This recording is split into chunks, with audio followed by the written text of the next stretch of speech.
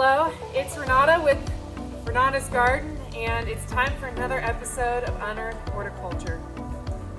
Today's episode is all about perennial cleanup for fall perennial cleanup. And although it's a sad time of year, it's really necessary to make sure that your perennials are well taken care of and come back for as long as they can.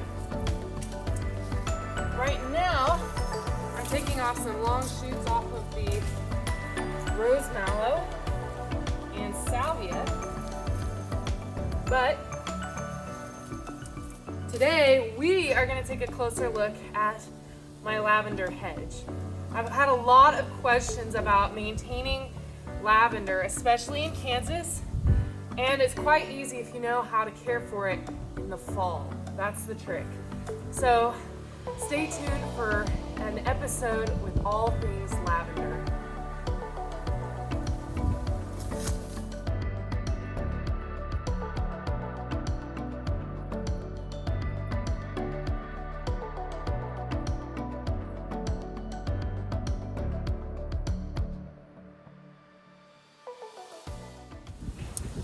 So it's yet another windy day on the Kansas plains, but that's not stopping me from getting gardening out here with my German Shepherds. So we're gonna tackle the lavender hedge today, and this one's pretty old, and usually, depending on the variety of lavender you have, they last about 5 years max, depending also on soil conditions, your care, if you prune them back in the fall or not.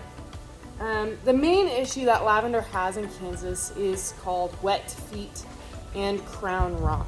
And wet feet is just a term that we use in horticulture for a plant that's in an area that doesn't have very good soil drainage, and it might be at a low spot in your yard where the water likes to drain toward. And a lot of plants don't like that, believe it or not. They don't like sitting in a pool of water because roots need oxygen to thrive and grow in the soil space. And although it may not look like it to us, soil actually has pore spaces that can store gases, and roots actually go through a gas exchange process. So it's important that your roots are in a soil that's well drained so that it's not sitting in water all the time. So lavender especially struggle with wet feet. They do not like to have their crowns wet, especially through winter months when it's cold. And that's usually what gets them in the Midwest. Thankfully in Kansas, we kind of have drier climate conditions. And lavender loves full sun and actually thrives on neglect as long as you avoid wet feet.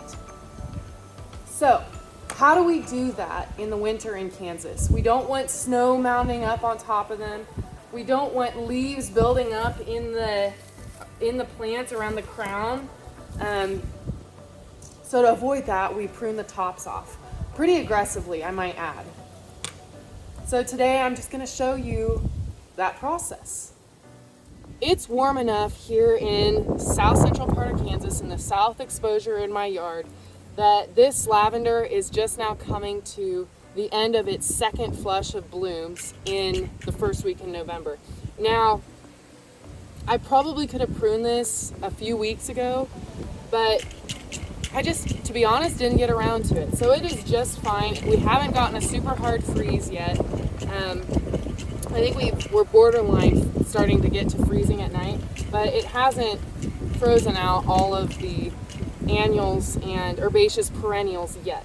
So we're going to go ahead and give my lavender a hedge a prune. And you want to leave about 2 inches of leafy growth on the plant. So you don't want to cut way deep down into the woody part of the plant because it won't come back as fully. So it's good to avoid getting too aggressive, but you can be pretty aggressive with lavender. It will fill back in. So we're just gonna go at it. I'm gonna get the camera a little closer so you can see where I'm making the cut.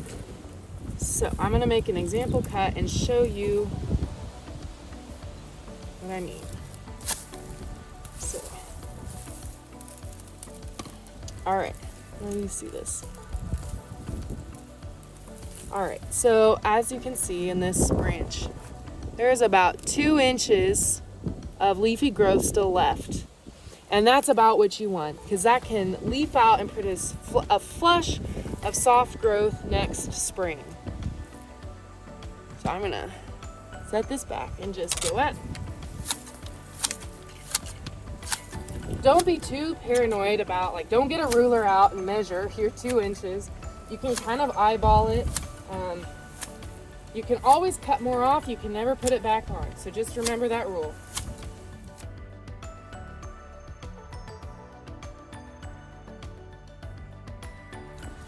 So you can see here kind of how it's done. Now these are some older plants. So because they're older, it's about due for them to be lifted and divided. I just haven't gotten around to doing it. When you do perennial divisions, you do them in the fall, and that time has passed for me. This plant's about 5 years old, which means it's about time to go ahead and divide it. But that's a job for next fall, so stay tuned for that video. Okay, as you can see, I have finished pruning up this section of the lavender hedge. And it does look kind of woody, kind of sparse, but it's prepared to go through winter now without getting all of that herbaceous and leafy material collecting moisture and snow around the crown of the plant. It can get good air circulation through there, and the plant should be healthy throughout the whole winter. So really, with lavender, there are a few things to keep in mind to be successful, and it's all easy from there.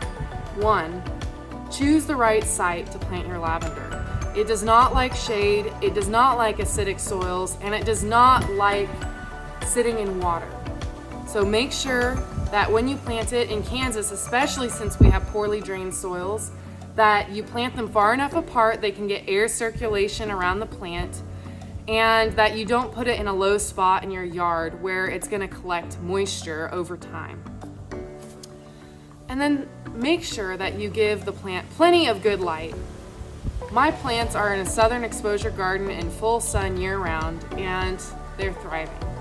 So really, they can be a good Kansas plant. You just have to make sure and watch the soil drainage and make accommodations for that with this plant. So I'm Renata with Renata's Garden, and you've been watching Unearth Horticulture.